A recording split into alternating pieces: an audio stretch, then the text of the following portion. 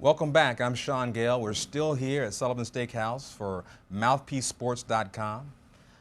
Bring you back up to speed. I'm with Marcus Sullivan, Tim Terrell, Kurt Kittner.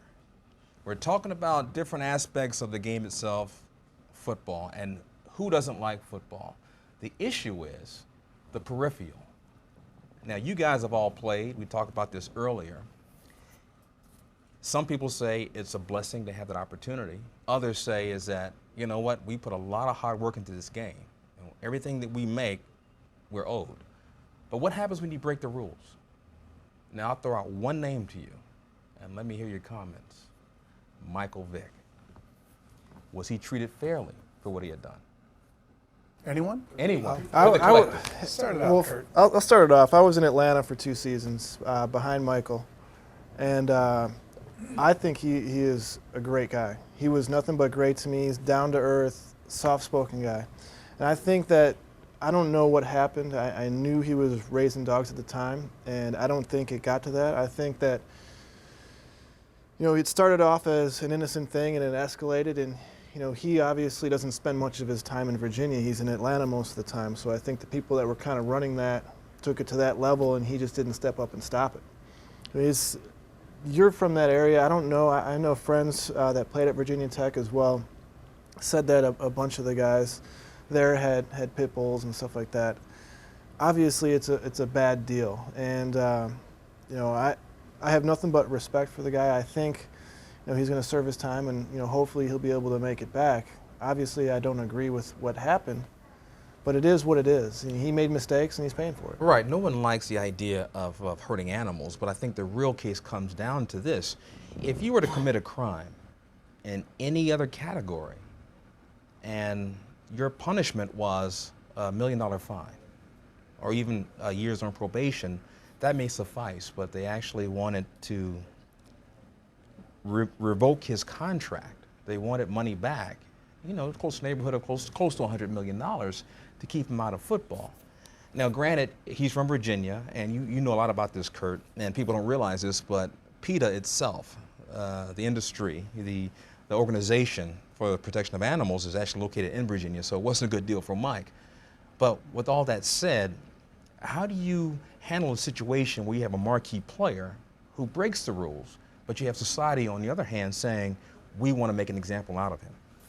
I think if you look at, boy, I wish I could go back and change a lot of the stupid decisions and things that I've made, and I've made some bad ones in my life, and this is a big one. I mean, when I look at this, you know, I've done a lot of things where I didn't think of the consequences, and they've come back and they've bit me, and I'm like, what the hell was I thinking? I mean, why did I do that? And as you grow up and you get older, and I think you realize that you just back then.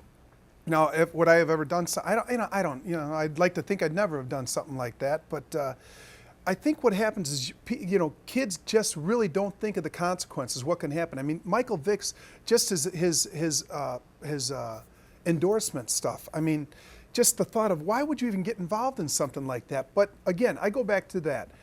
He probably just didn't think of the consequences, a really true fact of what is going to happen to him. And I've done it, and all you can do from there is kind of what Michael Vick did. I think he finally came forward, and he admitted what he had done wrong. You got to face up to it, and the only thing you can do in the past is change the future of your future decisions. And hopefully when he comes out of this thing, a lot of people just are unforgiving. They just won't forgive. But I think the true test will be, how will he react?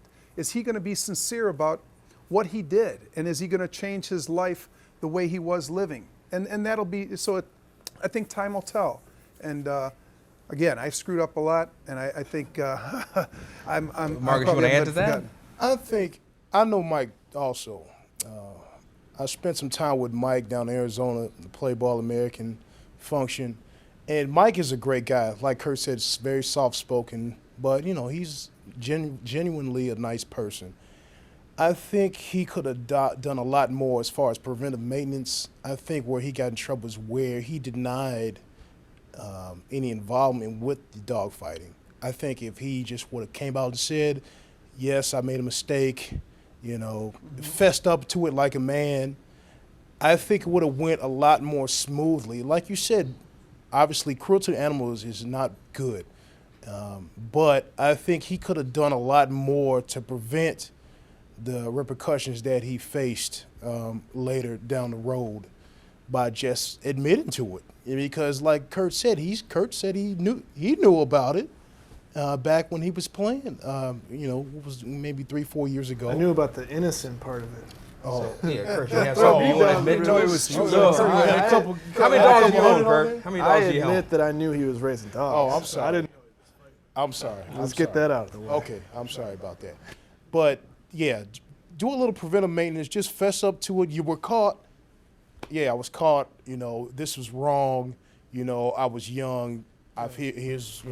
You look at Jason Giambi, for doing the steroids, right? I mean, no one even, he came out, he admitted it, I agree with you. He admitted it, and you barely even remember Jason Giambi. He came out, I made a mistake, blah, blah, blah. So it seems like that's the way to do it. Yeah. And sometimes you're like, whoa. I think society just wants to hear, "I'm sorry," before it really comes out. Before you go out and lie. I think it's more than deny I'm it. sorry. It's I've changed my ways. You don't even have to say, you know what? I've changed the way I do things. That was a huge mistake. Right. Well, I'm just doing before things different now. but don't lie about it. Right, but 'cause- let me ask you this. But is it fair to be held to that standard? Because what you're basically saying is that if you make a mistake, there's a huge price to pay. But the general population, they make these same mistakes, and they don't nearly pay as dearly. Is that fair?